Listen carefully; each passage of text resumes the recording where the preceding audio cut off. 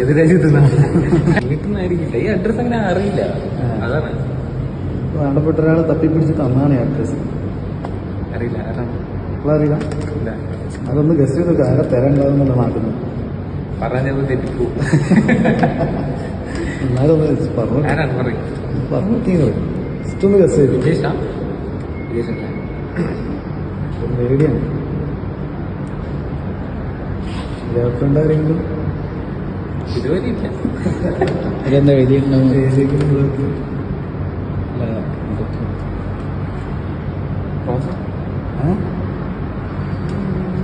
ആരോ